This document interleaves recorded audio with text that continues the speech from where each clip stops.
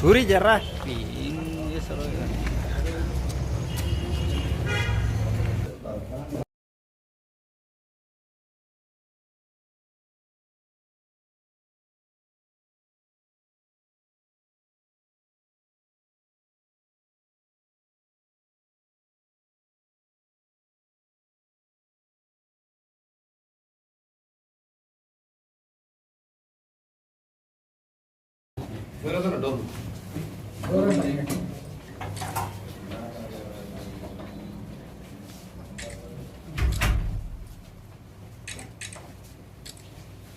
With all proofs and all, నేను దీనికి attach చేసాను. ఈ ఏదైతే ఉన్నాయో మీకు అన్నీ కూడా దీంట్లో అన్నీ ఉన్నాయి, ప్రూఫ్స్ అన్నీ దీంట్లో ఉన్నాయి పెన్ డ్రైవ్లో. దాంతో సహా మీకు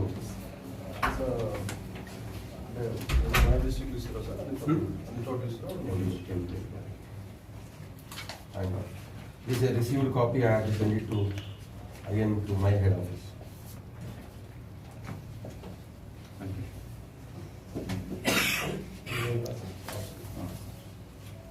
Received. 18వ తారీఖు ఖమ్మం సభలో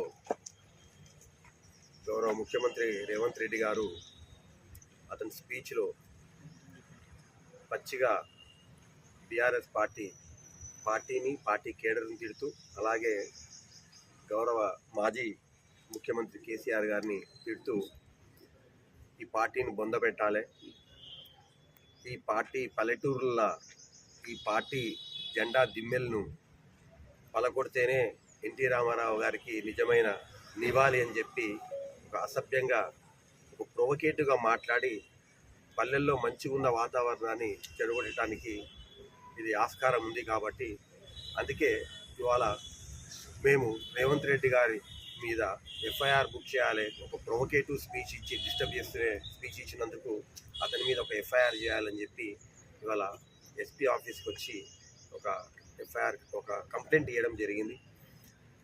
ఒక ముఖ్యమంత్రి స్థానంలో బాధ్యతాయుత ఒక స్థానంలో ఉండి ఆయననే ప్రొవకేటివ్ స్పీచ్ ఇస్తాడు, ప్రొవకేటివ్ చేస్తాడు, ప్రజలను అల్లకల్లోలం చేయడానికి ప్రయత్నిస్తాడంటే ఈ తెలంగాణ ఎక్కడ పోతుంది అనేది మనం అర్థం చేసుకునాలి.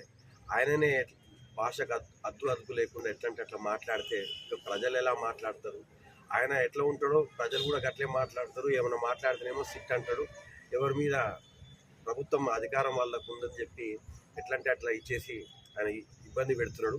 అంతేకాకుండా ఇలా అలా మొన్న జరిగిన కథనాలన్నీ చెప్పి తెలుసు మీకు, ఎన్టీవీ కానీ ఆంధ్రజ్యోతి కానీ TV9 కానీ అన్నీ వాళ్ళ పంచుక తినే దాంట్లో దాన్ని డైవర్ట్ చేయాలని అంతా బయటపడ్డది ప్రజలకు.